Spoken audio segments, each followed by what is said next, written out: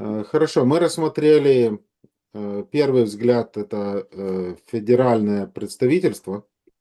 Առաջինը մենք նայեցինք առաջին տեսակետը դա ներկայացուցչական այդ գլուխ լինելն էր Ադամի, որի մեջ բոլորը մեղանչել էին։ Второй взгляд его называют реалистический или семинальный взгляд.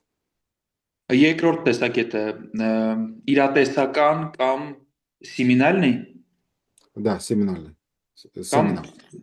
կամ սեմինալ տեսակետ, հա, իրատեսական։ И традиционно этот взгляд связывают с Августином и поддерживается некоторыми богословами, такими как Шед. Как Шед — это фамилия. Շեդ Мгм. այս տեսակետի ջատագովներից մեկը Օգոստինոսն էր ու օրինակ մեկն էլ Շեդն է, ով ազգանուն է դա, այդ աստվածաբանի, ով հարում է այս տեսակետին։ И согласно этого взгляда, его суть в том, что все человечество физически и биологически присутствовало в Адаме, в чреслах самого Адама. Եվ այս տեսակետն էլ ասում է, որ բոլոր մարդկությունը Ադամի երանքում, հա, այսպես արտահայտություն ունի, չէ, Աստվածաշունչը, այսինքն իր մեջ հենց բիոլոգիապես գոյություն է ունեցել։ И мы согрешили не просто через представительство, а Եվ реально, մենք реально. Եվ մենք ոչ թե որպես ներկայացուցչի մենք ոչ թե որպես մեղանչել ենք, որտեղ մեր ներկայացուցիչն է мեղանչել Եդեմական պարտեզում, այլ իրականում այնտեղ Ադամի հետ մենք եղել ենք այդ մեղքը գործելուց, Так как наша природа была частью его природы. որովհետև մեր բնությունը մասամբ իր բնությունն է հանդիսանում։ Аргументы в пользу такой точки зрения. Փաստարկները այս տեսակետի կողմ։ Ну, это выглядит логически в значении объяснения справедливости наказания. Կարելի է այսպես դիտարկել, որ այն արդար է հնչում այդ հանցանք պատիժ համատեքստում, հա։ Мы наказаны, потому что мы действительно участвовали в акте грехопадения. Մենք պատժվում ենք, որովհետև մենք այդտեղ իրականում ներկա ենք եղել, երբ որ Ադամը մեղսագործության հետևանքով ընկավ։ Потому что мы действительно биологически там были. Որովհետև մենք այնտեղ իրականում բիոլոգիապես ներկայություն ենք ունեցել։ Также часто в качестве аргумента используют текст из послания евреям. Նաև Եբրայեցիներին նամակից մի հատված են օգտագործում որպես փաստարկ։ Это 7 глава евреям, 9 стих. 7-ի 9 10. Եվ կարող եմ ասել, թե Ղևին էլ, որ 10-րդ է ստանում, Աբրահամի մեջ 10-րդ վճարեց։ Поэтому звучит как такое обоснование того, что мы также все были в Адаме. Եվ այսպիսի ոնց որ հնչողություն ունի, որ եթե բերենք մեր հատվածի վրա, որ մենք բոլորս Ադամի մեջ ենք եղել։ Но есть и аргументы против. Բայց կան հակափաստարկներ։ Современные экзегеты Морис считает, что фраза «эвхо» ее лучше переводить как «потому что» или на основании того, что они в котором. Օրինակ մեր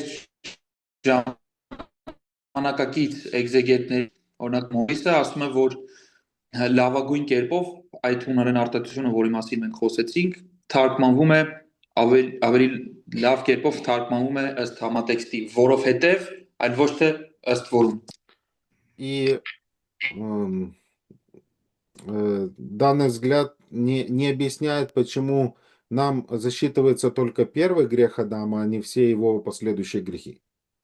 Ու ասում է, որ այս տեսակետին եթե նայենք, այդ դեպքում ինչի Ադամի մնացած բոլոր մեղքերն էլ մեզ չէր վերագրվում, այլ միայն առաջինը։ И вопрос толкования 7 главы послания к евреям, является ли это образным выражением или буквальным, тоже остается. Եվ ինչ վերաբերում է Եբրայեցիս 7-րդ գլխի այդ արտահայտությանը, երբ որ Աբրահամը Ղևի մեջ 10-րդ տվեց, հարցը այն է դա բառացի նկատի ունի, թե այլաբանորեն։ И, ну, есть хорошие братья во Христе, которые придерживаются этого взгляда. Բայց կան лав եղբայրներ Քրիստոսում, ովքեր որ այս տեսակետն են Я պահպանում։ как-то переводил одного преподавателя, он сказал, что, ну, по четным дням я придерживаюсь федерального, а по нечетным семинарного взгляда. Դա մի անգամ ես թարգմանում եմ մի դասախոսի, որ ասեց շաբաթվա զույգ օրերին ես պահում եմ այդ ներկայացուցչական գլխի տեսակետը, կենտորերին էլ այս սեմինալ տեսակետը։ Следующий взгляд, третий, это mediate imputation или посредственное вменение. Merit imputation, Mediate. Посредственное. Да.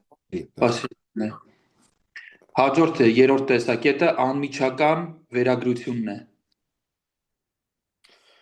Этой позиции придерживается Альберт Барнс и представители школы пресвитерианства. Այս տեսակետին են հարում օրինակ Ալբերտ Բարնսը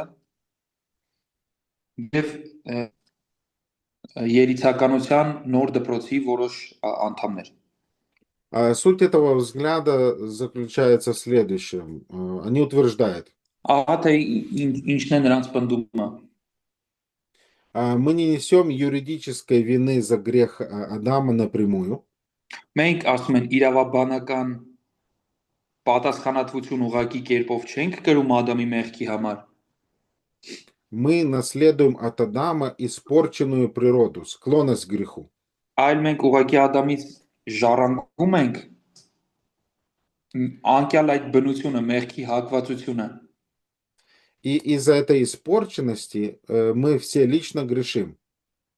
Եվ այդ չացածությունից կամ այդ մեղքի բնության մեր մեջ ունենալուց դրթված մենք բոլորս մեղանչում ենք։ А именно за свои личные грехи, являющиеся следствием природы Адама, мы умираем. Եվ մեր այդ գործած անձնական մեղքերի պատճառով էլ, որը իր հերթին հանդիսանում է ադամական այդ բնության պատճառը, մենք մահանում ենք։ Аргументы в пользу такой точки зрения используют текст Иезекииля 18:20. Որպես փաստարկ իրենց օգտին այս տեսակետի հարողները վերցնում են այնպիսի հատվածներ, ինչպիսիք են օրինակ Եզեկիել 18:20-ը, И там в Иезекииле написано, та душа, которая грешит, она умрет. եւ այնտեղ ասում է, որ այն հոգին, որ մեղանչում է, կմեռնի։ Поэтому этот текст используется против того аргумента, каким образом грех Адама может вменяться нам. Եվ այս իրենց փաստարկն էլ հակափաստարկում են նրանց, ովքեր ասում են, որ վերագրությունով է այստեղ իմաստը եւ ասում են, ոնց կարող է Ադամի մեղքը մեզ վերագրվել, եթե այն հոգին, ով մեղանչում է, կմեռնի։ Альберт Барнс, он так говорит, цитата. Ալբերտ Բարնսը այսպես է ասում, թե մեջբերում անենք։ Апостол здесь не обсуждает доктрину первородного греха, он утверждает простой факт. Առաքյալը այստեղ չի քննարկում ադամական մեղքի հարցը, այլ նա բերում է փաստ ուղակի։ Первый человек нарушил закон Божий, и таким образом грех вошел в человеческий род.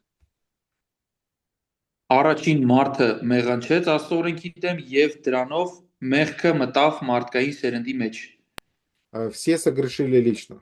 Конец цитаты. Իսկ բոլորը մեղանչեցին անձնապես։ Аргументы против этого взгляда стихи 13-14. Եվ այս տեսակետի հակափաստարկել գալիս են 13-14 համարները։ Проблема младенцев. Փոքրիկների խնդիրը։ Павел пишет, что смерть царства от Адама до Моисея даже над теми, кто не согрешил подобно Адаму, то есть не нарушил явную заповедь. Ահա։ 14, да? Да, 13-14, да. Смерть царства от Адама. Սակայն ասում է մահը թագավորեց Ադամից մինչև Մովսես անգամ նրանց վրա ովքեր չմեղանչեցին Ադամի մեղքի նմանությամբ այսինքն այն մարդիկ ովքեր որ ֆիզիկապես չեն խախտել այդ պատվիրանը դրա համար ասվեց որ մանուկների հարցն է քննարկվում Если смерть это наказание за личный грех, то почему умирают младенцы, не имеющие личных грехов? եթե մահը անձնական մեղքի вճար է, այդ դեպքում փոքրիկները ինչու են մահանում, ովքեր որ դեռ անձնական մեղք չեն գործել։ И представители федерализма Ходж, он утверждает, что этот взгляд не может объяснить смерть младенцев без признания вмененной вины Адама. Եվ Չարլզ Հոջը, ով որ այդ ֆեդերալ աստվածաբանության կրողն է, որպես ներկայացուցչական, հա, աստվածաբանության կրողն է, ասում է, որ այս տեսակետը չի կարող բացատրել մանկամահացությունը, որովհետև նրանք անձնական մեղք դեռ չեն ունեցել։ Извиняюсь, առանց վերագրությունը պնդելու չեն կարողանա այդ փաստը բացատրել։ И последний взгляд, четвертый, это армянианский взгляд на этот текст. Եվ չորրորդ տեսակետը դա արմինական տեսակետն է այս տերմինի հետ կապված։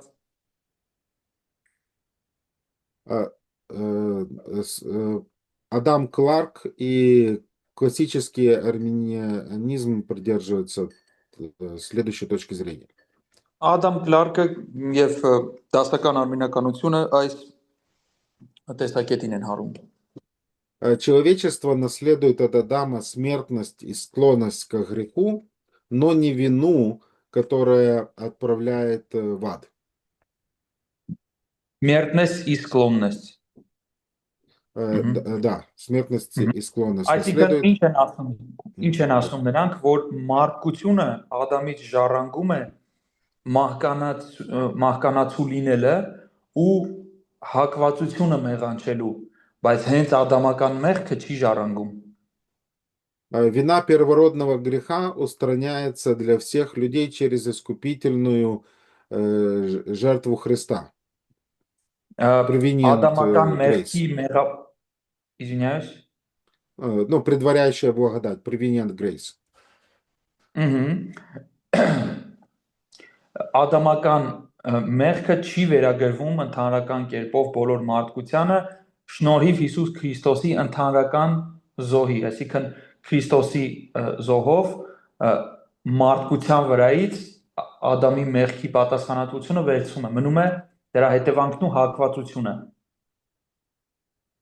И таким образом люди осуждаются только за свои личные сознательные грехи. Եվ հետևաբար մարդիկ դատվում են միայն իրենց գիտակցված ու անձնական մեղքերի պատճառով։ Адам Кларк, он говорит, смерть перешла на всех людей, потому что все согрешили. Но каждый человек грешит. То есть смерть последствия каждого греха, да?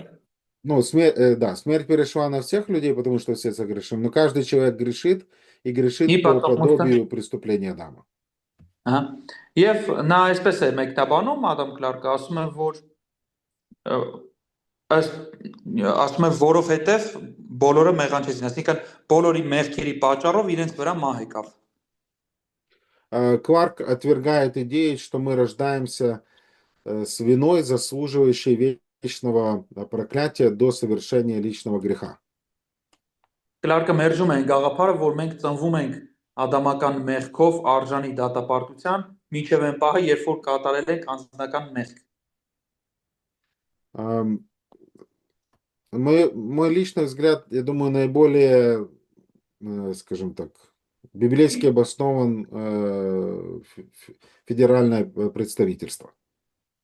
Իմ տեսակետը կարծում եմ ամենալավ աստվածաշնչյան փաստարկներ ունեցողն է դա ֆեդերալ ներկայացուցչական աստվածաբանությունն է այսինքն Ну, առաջին տարբերակը первый ну, вариант да да, но семинальный имеет некоторые Мгм, аргументы, мгм, которые заставляют подумать.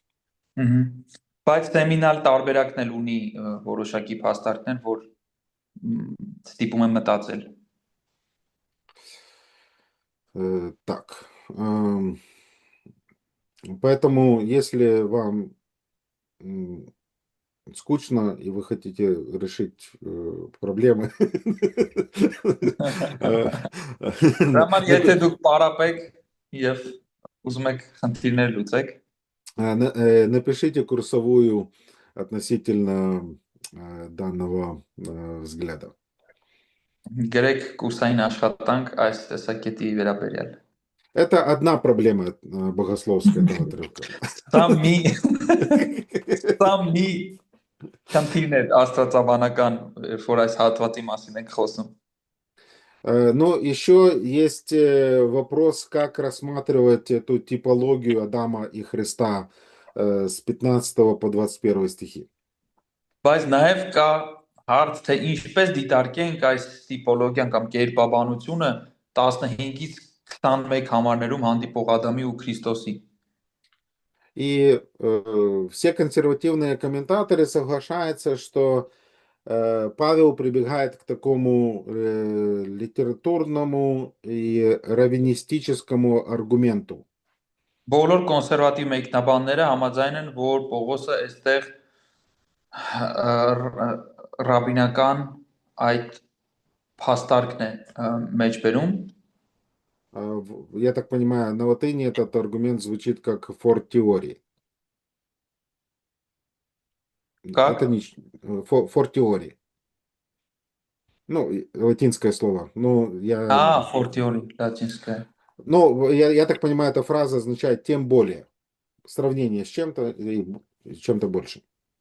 Այսինքն սա գրական հնարք է, որ գոյություն է ունեցել մինչև Պողոս Առաքյալը եւ ունի լատիներեն անվանում, որ խոսում է մի բանի մասին ու հետո ներկայացնում է մեկ այլ բան, ասելով որ որքան ավելի ու իր շարադրանքը արդեն։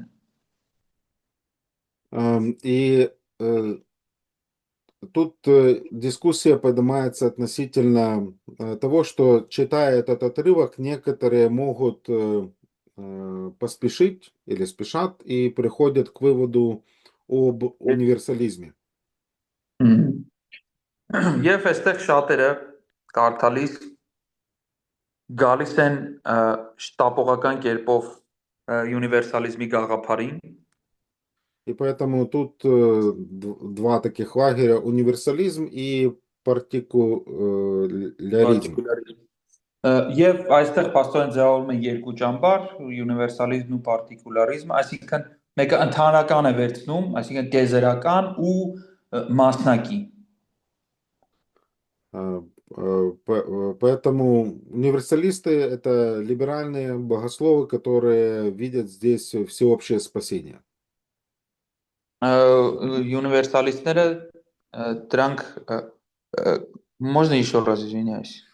Это либеральные богословы, и в этом взгляде рассматривается все спасение всем. Եվ այս համընդհանուր տիեզերական տեսակետի հարողները լիբերալիստներն են, ազատականներն են, ովքեր որ հավատում են բոլոր մարդկանց փրկությանը։ И вопрос также крутится относительно того, как понимать слово «все» в этой аргументации. Նաև հարց կա, թե ինչպես հասկանանք բոլորը բառը այս փաստարկման մեջ։ Поэтому давайте так, по порядку. Դրա Первое, համար что мы եկեք видим, կերպով գնանք։ это типология. Адам назван образом будущего, 14 стих. 14-րդ համարում սկզբից տեսնում ենք կերպաբանություն, Ադամը անվանված է, տեսեք, իմ մոտ ասում է օրինակներ նրա որ գալու է կամ կերպներ նրա որ գալու է։ Поэтому Адам глава старого творения, Христос глава нового творения. Ադամը հին արարչագործության գլուխն էր, Քրիստոսը նոր ստեղծագործության գլուխն է։ И читая 15-17 стихи, мы видим контраст между этими представителями. Եվ կարդալով 15-ից 17 համարները կարող ենք տեսնել հակադրությունը այս երկու ներկայացուցիչների միջև։ И поэтому мы наблюдаем, что они не одинаковые, они отличаются в своей силе. Եվ մենք կարդում ենք, որ նրանք միանման չեն, նրանք տարբերվում են իրենց ուժով։ Поэтому я слушал недавно проповедь на этот отрывок, и проповедник использовал иллюстрацию двух команд, которые участвуют в состязании. Ես վերջերս լսում էի մի քարոզ, որում քարոզիչը այսպիսի մի անալոգիա նմանություն բերեց, որ ասես պատկերացրեք երկու թիմ մրցում են մեկը մյուսի դեմ։ И одна команда очень сильная и мощная. Եվ մի թիմը շատ ուժեղ ու զորավոր է։ Но против нее выступает другая, которая гораздо мощнее, чем первая. Եվ այդ թիմի դեմ հանդես է գալիս մի ուրիշ թիմ, ով շատ ավելի զորավոր է։ 15-17 стихи мы видим, грех Адама принес смерть, но благодать Христа приносит не просто восстановление того, что потерял Адам, а избыток, изобилие жизни. Եվ 15-ից 17-ը կարդալով մենք տեսնում ենք, որ Քրիստոսի արածը ոչ թե միայն վերականգնեց Ադամի կորցրածը, այլև բերեց կյանքի լիություն, այսինքն ավելին արեց։ Поэтому то, что совершает Христос, это гораздо более, вот этот аргумент, тем более. Դրա համար ասում ենք, որ Քրիստոսը այն ինչ որ արեց, դա ավելին էր եւ այստեղից էր գալիս է այս մեթոդի անվանումը, որ ասում ենք անվանվում է շատ ավելին։ И в 16 стихе мы видим эффективность. Один грех, он привел к осуждению. Եվ մենք 16-ում տեսնում ենք էֆեկտիվությունը։ Մի мեղքը բերեց դատապարտության։ Но дар благодати это не по отношению к одному греху. Он покрывает многие преступления. Բայց ձրի պարգևը դրա նման չի, ինքը մի մեղք չի ծածկում, այլ ինքը ազատում է շատ մեղքերից։ И как раз дальше, 18 стих, мы видим дискуссию относительно универсализма и партикуляризма.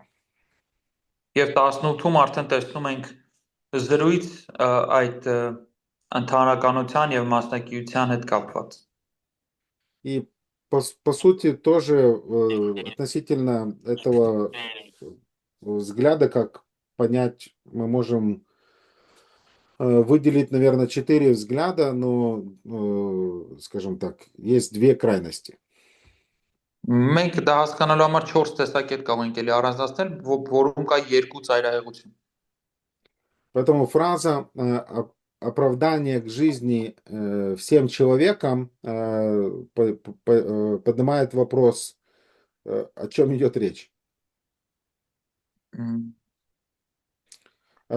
Поэтому Это универсалисты какой стих?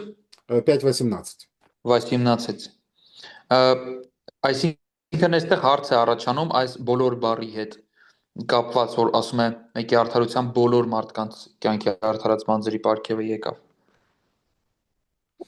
Да, вернуться мне. Ага, вот. 5.18. Так. Всем человекам оправдание к жизни. Да, я прочитал. Да. Поэтому первый взгляд это универсалисты, либеральные богословы видят здесь всеобщее спасение. Եվ առաջի տեսակետով այս ազատական աստվածաբանները այստեղ տեսնում են համընդհանուր փրկություն։ Ну, вряд ли мы можем согласиться с таким толкованием ввиду других ясных текстов в Слове Божьем, которые говорят, что не все спасутся.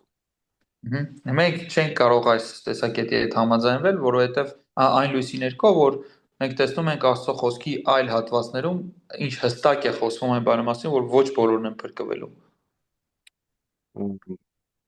Консервативные богословы, такие как Барнс, Ходж, МакАртур, настаивают на контекстуальном ограничении. Կոնսերվատիվ աստվածաբաններից, ինչպիսին են Հոջը, Բարնսը, Մակարտուրը, ասում են, որ պետք է դնենք սահմանափակում ըստ համատեքստի։ Поэтому все, которых Павел утверждает во второй части стиха, относятся ко всем, кто во Христе. Այսինքն այս բոլոր բառը 18-րդ համարի երկրորդ հատվածում վերաբերվում է բոլոր նրանց, ովքեր Քրիստոսի մեջ են։ И, следовательно, они утверждают, что Христос умер за определенных людей. Եվ վերաբար նրանք ասում են, որ Քրիստոսը մահացել է կոնկրետ մարդկանց համար։ Взгляд Альберта Барнста, он представляет вот эту новую школу пресвитерианства. Բարնսի տեսակետը ներկայացնում է երիցականության нոր դպրոցը։ Он говорит следующее, цитата. Բարնսից մեջ բերում։ Как грех Адама имел универсальную применимость к роду, так и труд Христа имеет изначальную применимость ко всем людям. Ինչպես որ Ադամի մեղքը ուներ կիրառություն բոլոր իր սերնդի վրա, այնպես էլ Քրիստոսի կատարած զոհը իր սկզբնական նշանակությամբ կիրառելի է բոլորի համար։ Но фактически применяется к тем, кто верует. Բայց փաստացի կիրառություն ունի միայն նրանց համար, ովքեր հավատում են։ И я думаю, вы, может быть, в некоторых комментариях читали такой точки зрения, Եվ что, ես կարծում եմ, որ դուք որոշ մեկնաբանների մոտ կարդացել եք այսպիսի տեսակետ, что смерть Христа достаточно для того, чтобы искупить всех, но применимо к избранным. այսպիսի տեսակետ, որ Քրիստոսի քավությունը բավարար է բոլորի համար, բայց կիրառելի է ընտրվածների համար։ Так. И Чарльз Ходж, он аргументирует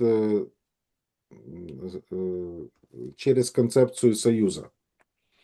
Եվ Հոջը մեկնաբանում է այս ամենը միության գաղափարով։ И он говорит, что как в Адаме все умирают, так во Христе все живут. Նա ասում է, ոնց որ Ադամի մեջ բոլորը մահացան, այդպես էլ Քրիստոսի մեջ բոլորը կկենդանանան։ И поэтому все они ограничены категорией принадлежности к главе. Եվ այս բոլորը հետևաբար սահմանափակված են այդ ներկայացուցչական гլխի պատկանելիությամբ։ Так, я думаю, сейчас еще одно место загляну. Սպրոլ тоже Э, так думал, да? Как я а, понимаю.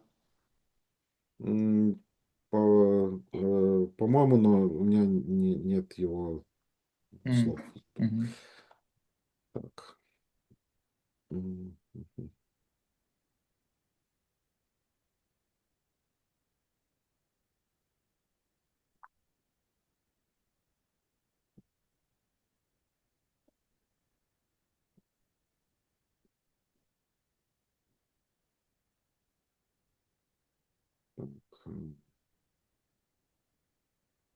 Ну, в отношении партикуляризма я хотел бы дать, может, определение. Это богословская позиция, согласно которой спасение, совершенное Христом, предназначено и эффективно применяется только к определенной группе людей.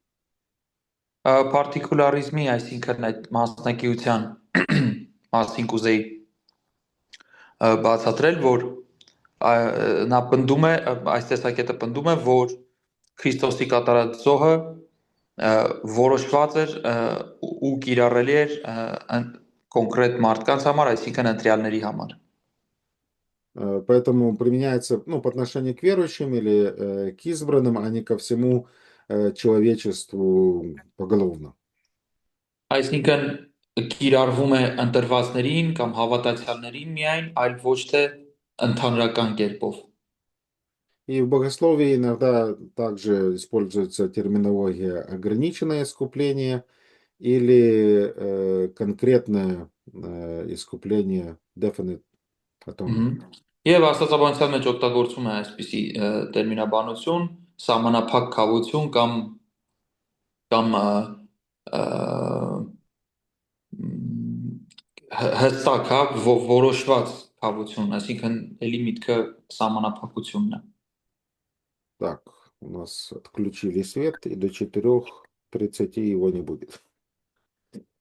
Так, поехали. Տարան ու 4 մինչև 4:30 չի լինի։ Вот. Это богословская дискуссия, которая существует на фоне отрывка с 12 по 21. Սա աստվածաբանական այդ քննարկումներն են, որոնք որ 12-րդ համարից սկսած այս հատվածի հետ կապված գոյություն ունեն։ Поэтому если мы проповедуем по этому отрывку, нам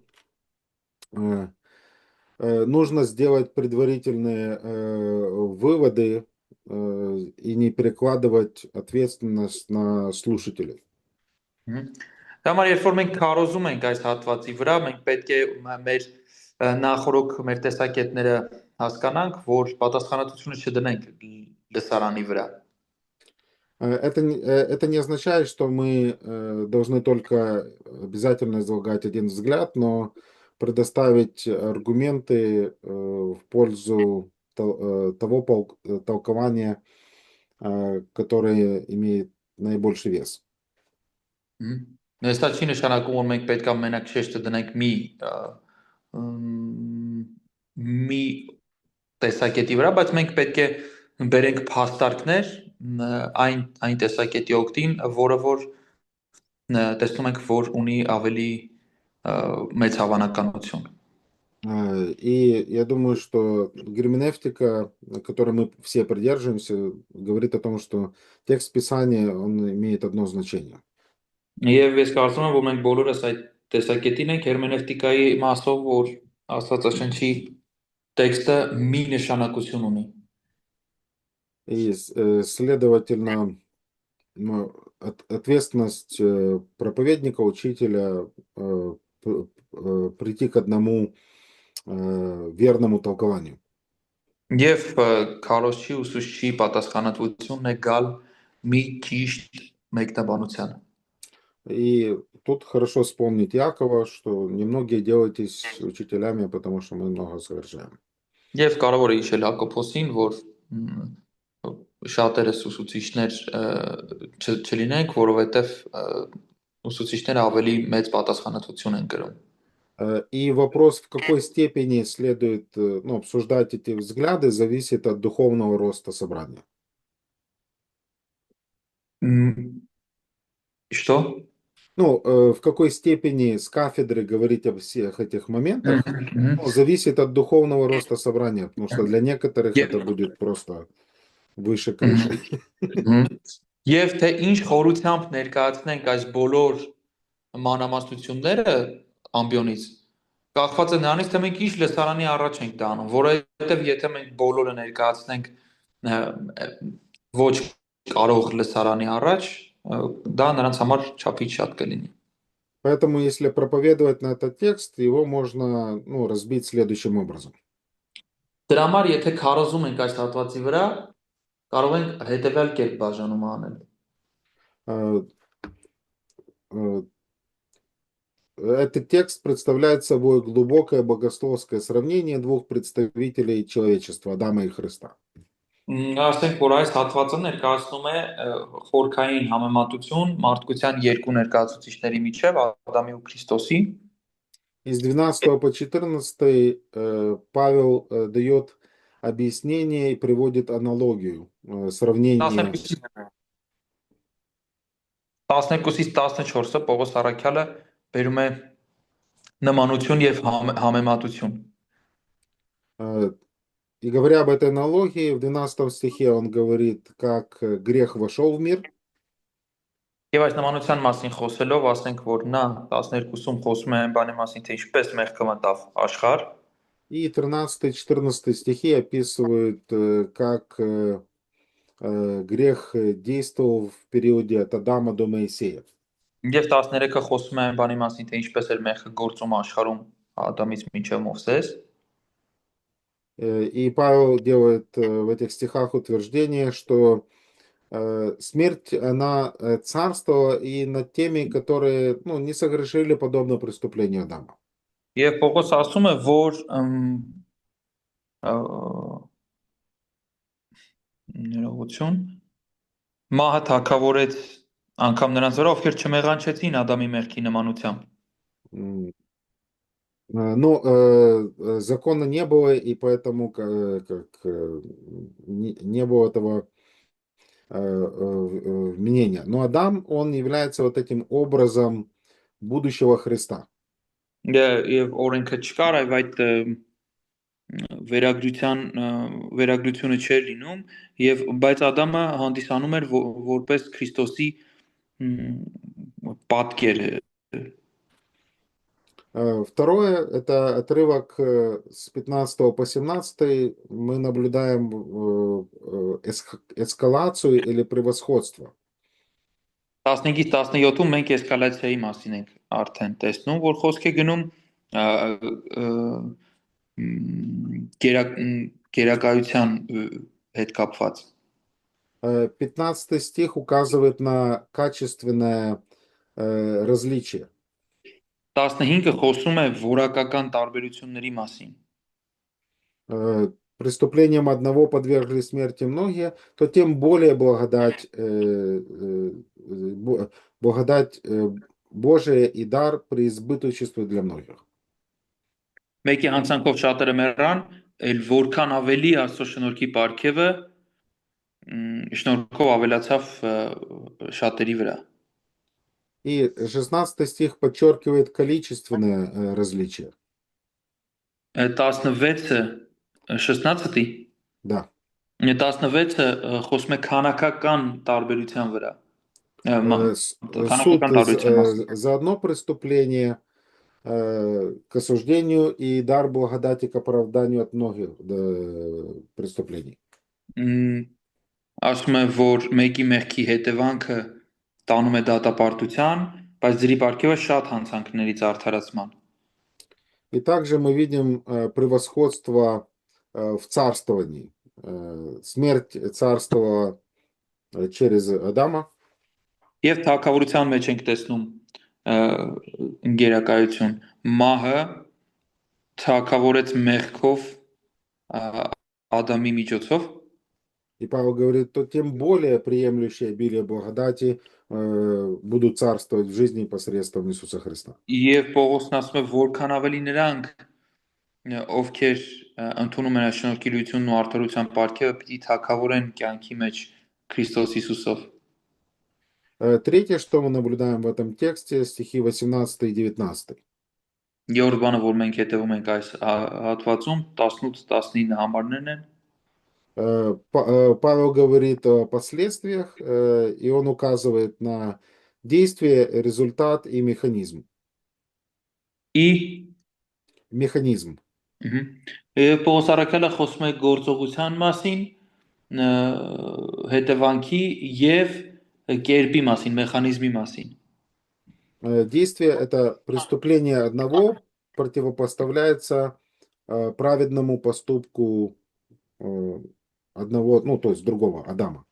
Գործողության մասով մեկի մեղքը հակադրվում է մյուսի արդար գործի հետ։ И результат в первом случае, при первом Адаме, осуждение всем. Եվ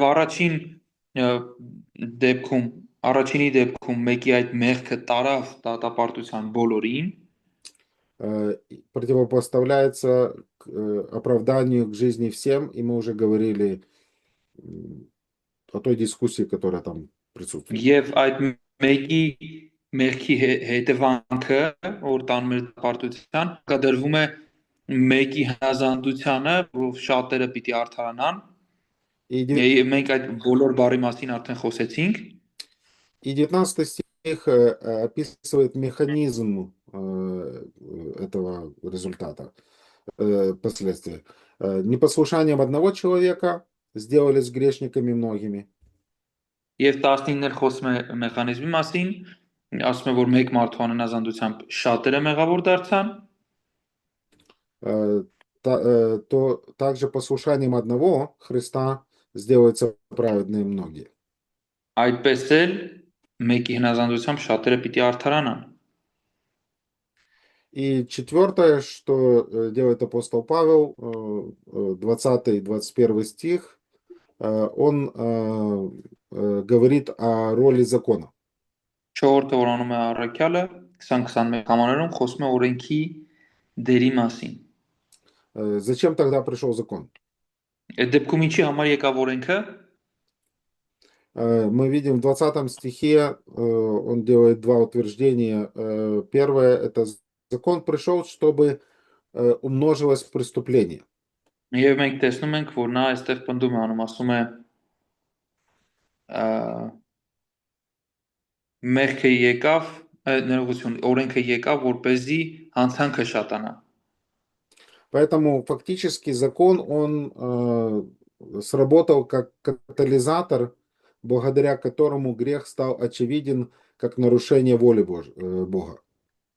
Այսինքն օրենքը հանդիսացավ մի ցուցիչ, որով որ հանցանքը երևաց որպես Աստծո կամքի դեմ իրականացվող մի բան։ Но когда умножился грех, стала преизобиловать благодать. Բայց որտեղ մեղքը շատացավ, շնորհքը առավել եւս շատացավ։ Снова мы видим это преимущество, гораздо больше. Մենք այստեղ էլի տեսնում ենք այդ առավելությունը, շատ ավելացավ։ И в 21 стихе мы видим конечную цель. Եվ 21-ում մենք տեսնում ենք վերջնական նպատակը։ Чтобы как грех царствовал к смерти, Որպես ինչպես մեղքը թագավորեց մահով, так и благодать воцарилась через праведность к жизни вечной Иисусом Христом Господом нашим. այնպես էլ շնորհքը թագավորի արդարության միջոցով հավիտենական кյանքի համար մեր Տեր Հիսուս Քրիստոսի միջոցով։ Поэтому 5 глава должна вселять уверенность в наше знание. Դրա համար Գեորգ գլուխը պետք է ներդրում ունենա մեր արդարացման վստահության մեջ։ Мы имеем мир с Богом, мы имеем твердую надежду и мы знаем, что начатое дело Иисус Христос доведет до конца. Մենք ունենք հույս, մենք ունենք ամուր վստահություն մեր արդարացման մեջ, որ Քրիստոսը, ով սկսել է մեր մեջ այդ բարի գործը, կհասցնի իր ավարտին։ И в сравнении с первым Адамом Христос намного больше и лучше. Եվ եթե համեմատենք առաջին Ադամի հետ, Քրիստոսը շատ ավելի գերազանց է, շատ ավելի լավ է։ И мы имеем отождествление с ним. Եվ մենք ունենք համանմանություն իր հետ։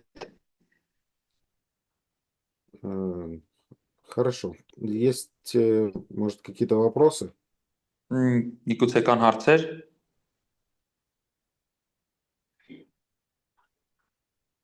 Մի բան էլի խնդրեմ, ես լավ չհասկացա, օրենքը եկավ, որ մեղքը շատանա, այս պահը էլի։ То есть можете, пожалуйста, объяснить еще раз 20 стих. Это первая часть 20 стиха. Ну, Павел говорит о роли закона. Պողոսը խոսում է օրենքի դերի մասին, И его функция имела временные рамки, но это мы также видим из послания Галатам. այսինքն իր դերակատարությունը ժամանակավոր էր օրենքինը։ Եվ մենք դա տեսնում ենք նաև Գաղատացիների նամակից։ Но приход закона, он был определенным таким катализатором греха. Եվ այդ օրենքի գալը որպես այսպես ասած կատալիզատոր էր հանդիսանում Это не делает закон плохим. Դա չի դարձնում օրենքը վատը։ Павел дальше будет в 7 главе Римлянам говорить об этих вещах. Պողոս առաքյալը 7-րդ գլխում կշարունակի խոսել այս բաների մասին։ Ну как, проблема не в законе, проблема в нашей греховной природе. Խնդիրը ոչ թե օրենքի մեջ է, այլ մեր մեղավոր բնության մեջ է։ Мне мама в детстве говорит: вот розетка, пожалуйста, ничего туда не засовывай. Փոքր ժամանակ մայրս ասում էր այս հոսանքի վարդակի մեջ ոչինչ մի մցրա։ Родители пошли на работу, я нашел проволоку. Երբ որ գնացին ծնողներս աշխատանքի, ես մի լար գտա։ Надо ж посмотреть, что будет. Պետք է չէ որ տեսնել ինչ տեղի կունենա։ Пробки в квартире повылетали. Вот. Но проблема в нас, не в законе. Այսինքն խնդիրը մեր մեջ է, ոչ թե օրենքի։ Но Павел констатирует тот контекст, скажем так, та реакция, которая произошла с приходом закона. Պողոս առաքյալը այստեղ խոսում է այն արձագանքի մասին, այն ռեակցիայի մասին, որը տեղի ունեցավ օրենքի գալով։ Ну, это не единственная, скажем так, функция закона, но одна из. Այսպես ասած, սա օրենքի միակ դերակատարությունը չի, այլ դրանցից мեկն է։ Но приход закона и умножение греха все равно не может превозмочь труд Иисуса Христа и его благодать. Բայց օրենքի գալն ու մեղքի շատանալը միևնույն է չեն կարող գերազանցել Հիսուս Քրիստոսի շնորհքի առատությանը։ Поэтому, да, грех стал умножаться, а благодать стала, скажем так, в геометрической прогрессии увеличиваться. Դրա համար այո, մեղքը շատացավ, բայց շնորհքը այսպես երկրաչափական պատկերի պես այսպես սլանալով վեր բարձրացավ, առատացավ։ Я думаю, так.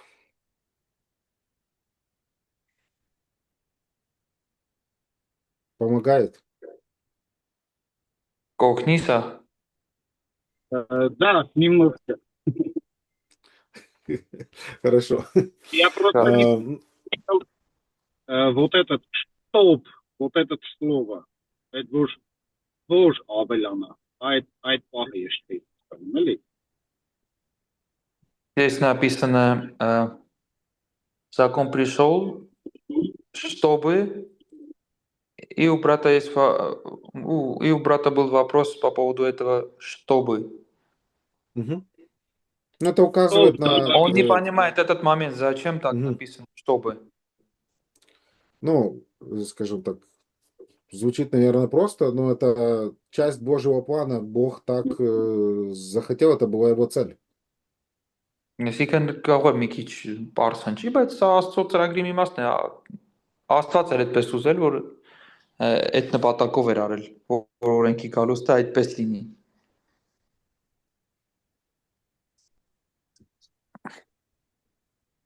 Еще поговорим об этих вещах в 7 главе и дальше.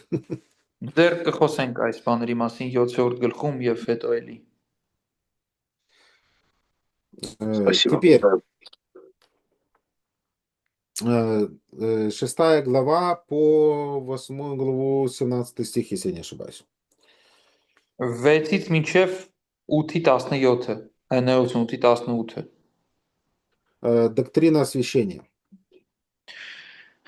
Սրբացման վարդապետությունը։ И начиная с этой главы мы видим, Павел переходит от темы оправдания, как Бог объявляет нас праведными, к теме освящения, как Бог делает нас святыми на практике.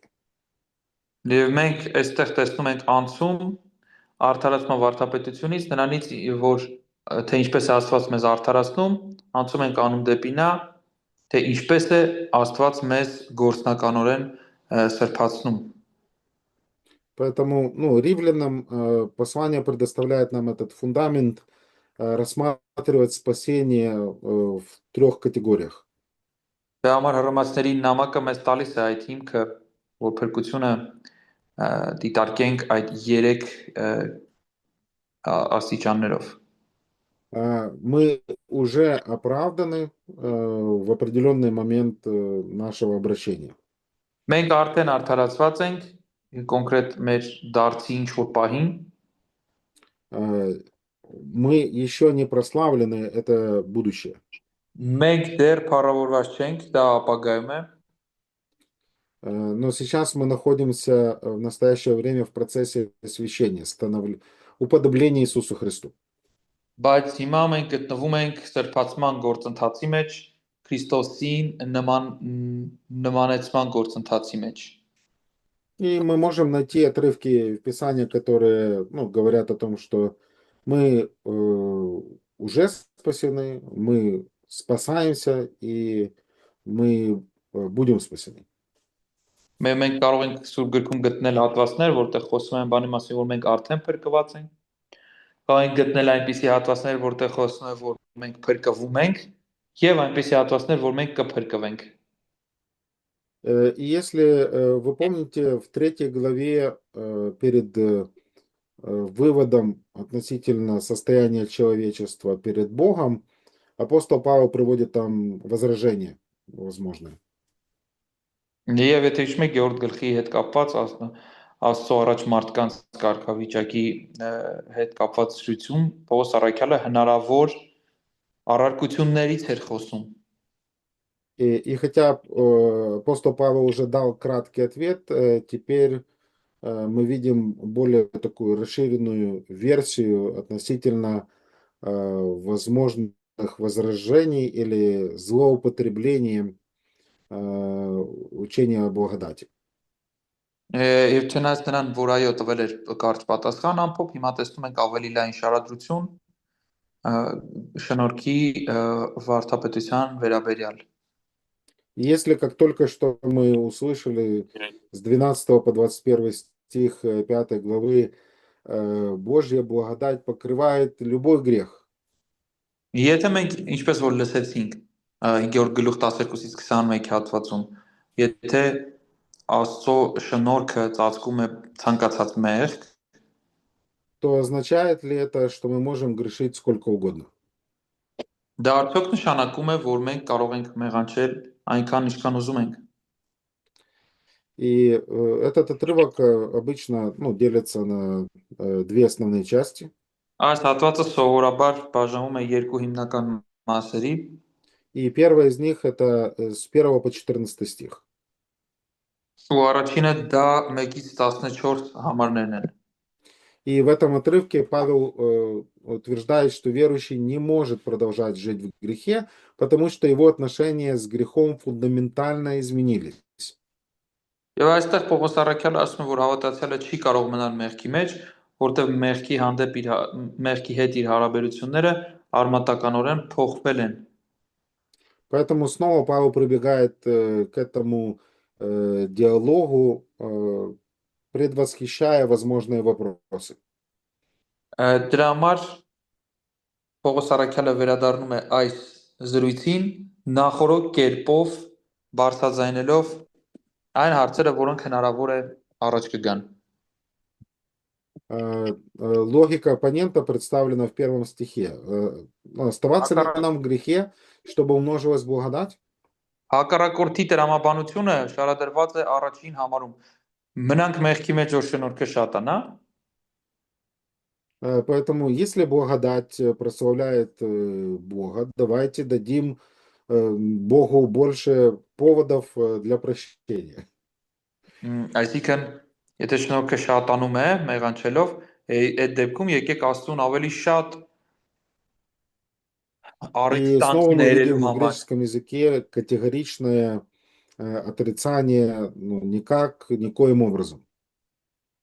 Ни за что. Երկրորդ համարի սկիզբը հունարենում դա ամենակտրուկ եւ ամենախիստ մերժելու ժխտելու ձևն է, քավլիցի կամ ոչ մի կերպ։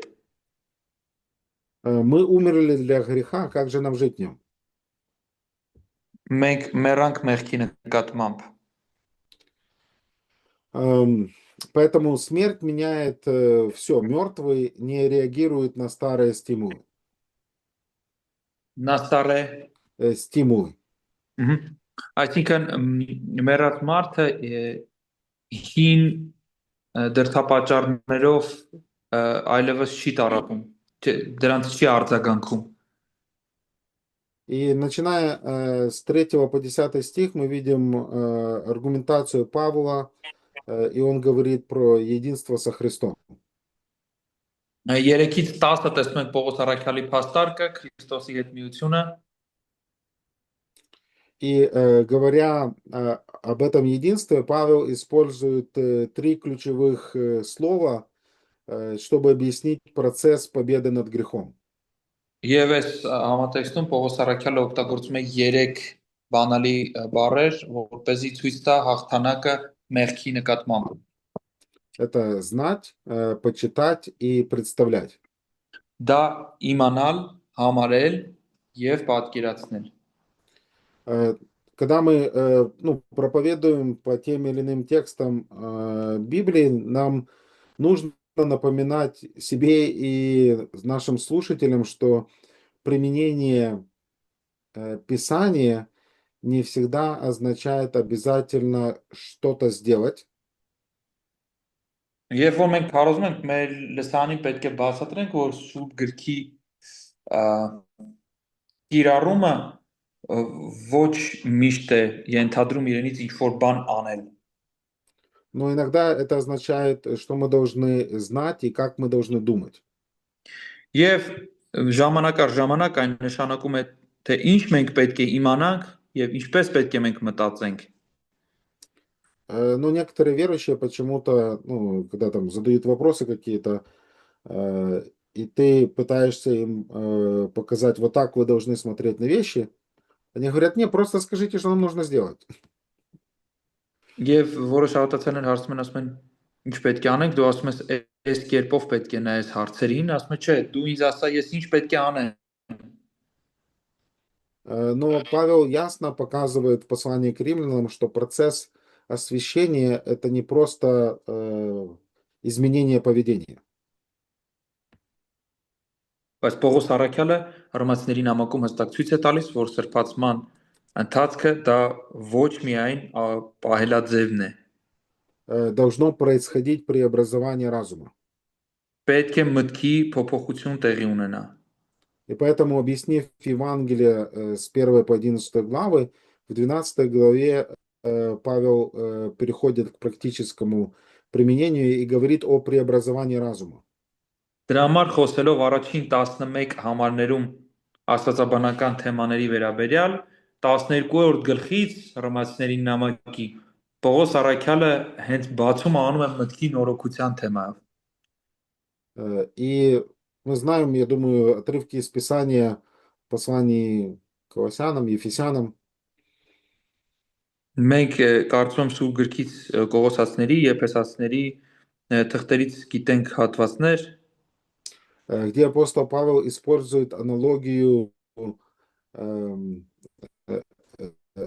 этого освящения как снятие и смены и одевания новой одежды. եւ այդ հատվածներում Պողոս Առաքյալը խոսում է հագուստի հին հագուստի փոփոխության մասին, այսինքն հինը հանելու ու նորը հագնելու մասին է խոսում։ Сейчас, чтобы быть более конкретным. Ефесянам 4 глава. Եթե ավելի հստակ եմ, Եփեսացիս 4 գլուխ 22, 23 и 24. 22, 23, 24-ը։ Ապա ձեր վրայից հանեք հին մարդուն իր նախկին վարքով եւ խաբուսիկ ցանկություններով ապականված։ Նորոգվեցեք ձեր մտքի հոգով եւ նոր մարդուն հագեք ձեր վրա, որ ստեղծված է Աստծո պատկերով արդարությամբ եւ ճշմարիտ սրբությամբ։ Поэтому мы видим, что между действием отложить и облечься есть обновление нашего разума. Դա համար մենք տեսնում ենք, որ հանելու ու հագնելու այս գործողությունները կատարելու մեջտեղում կա նորոգություն մեր մտքի հոգով, արտահայտությունը 23-րդ համարում։ Но иногда верующие забывают об этом. Բայց երբեմն հավատացյալները մոռանում են դրա մասին։ И получается, как в этом анекдоте. Ես ստացվում է ինչպես մի անեկդոտում։ Один человек копает яму, другой закапывает. Մի մարդը փորում է փոսը, մյուսը լցնում է այն։ А что вы делаете? Мы сажаем деревья. Ինչ եք անում, հարցնում եմ։ Մենք ծառ ենք տնկում։ А где деревья? Ну, тот человек, который вставляет дерево, он не пришел. Եվ ասում եմ, բա ծառերը ուր են։ Ասում է, դե այն մարդը, ով պետք է դներ ծառերը, չի եկել։ И, ну, если так, ну, пытаться жить освященной жизнью, ну, так оно будет и выглядеть. Եթե այդպես փորձենք ապրենք սրբացման կյանք, այս անեկդոտի պես կլինենք։ Христианство это, скажем так, это не христианство это вера, которая должна заставлять наш разум работать, а не ложить его на полку куда-то.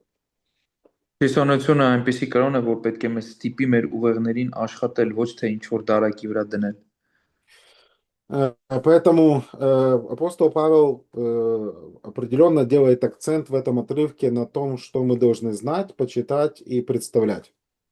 Դրա համար այս հատվածում առաքյալը անում է շեշտադրություն, թե ինչ պետք է մենք մտածենք, ինչպես պետք է մենք համարենք, ինչ պատկերացում պետք է ունենանք։ Если бы верующие, скажем так, прислушивались к тому, что говорит апостол Павел, они бы имели гораздо меньше трудностей в практическом следовании за Христом. Եթե հավատացյալները լսեին, թե ինչ է Պողոս Առաքյալը ասում է հատվածում, շատ իրարական բարդություններ Քրիստոսին հետևելու հետ կապված կվերանան։ Поэтому давайте посмотрим, что мы должны знать, почитать и представлять. Знать это факты нашего положения с 3 по 10 стих. Երրորդից 10 Знать это значит ну, знать факты нашего положения. В каком мы իմանալ, статусе այսինքն находимся. իմանալ փաստերը մեր կարգավիճակի մասին։ Мы видим 3-4 стих. Մենք 3-4 համարներում տեսնում ենք. Мы погреблись с ним крещением в смерть, и Հետևաբար это не просто обряд воды, а духовная реальность соединения с Иисусом. Հետևաբար մենք մկրտությամբ նրա հետ մահվան մեջ թաղվեցինք եւ սա ոչ թե մկրտության ծեսն է, այլ Քրիստոսի թաղման այդ Քրիստոսի հետ միությունը մի խոսքով։ Ну, я не думаю, что Павел здесь говорит о водном крещении. Ես չեմ կարծում, որ այստեղ Պողոս առաքյալը ջրի մկրտության մասն է խոսում։ Он говорит о духовном крещении. Դա այստեղ խոսում է հոգևոր մկրտության մասին։ Конечно, ну, в нашем понимании богословия и практики мы, наверное, скажем, что водное крещение является иллюстрацией того, что уже произошло. Իհարկե, ըստ մեր հավատալիքի, նրա ինչ որ մենք անում ենք, մենք կասենք, որ կպնդենք, որ ջրի մկրտությունը այն է խորհրդանշում ինչ որ արդեն կա, այն իրականության մասին է խոսում, որ կա։ Но если смотреть, в каких значениях используется слово крещение, это не водное крещение, это одно из значений. Եվ եթե մենք ուշադիր լինենք, թե ինչ կերպով է այս բառը հանդես գալիս, մենք կտեսնենք, որ ջրի մկրտության այդ նշանակություններից մեկն է։ Поэтому нам не нужно вставлять в каждый текст, как только мы видим слово крещение, водное крещение. Но нужно задаться вопросом, о каком крещении идет речь. Դրա համար պետք չի ամեն հատվածում, երբ որ մենք մկրտության մասին կկարդանք, փորձենք ջրի մկրտության իմաստը այդտեղ դնել, այլ պետք է ուշադիր լինենք, փորձենք հասկանանք, թե կոնկրետ ինչ մկրտության մասն է խոսքը գնում։ Хорошо, давайте сделаем перерыв и потом продолжим. Դադարվեցնենք, հետո շարունակենք։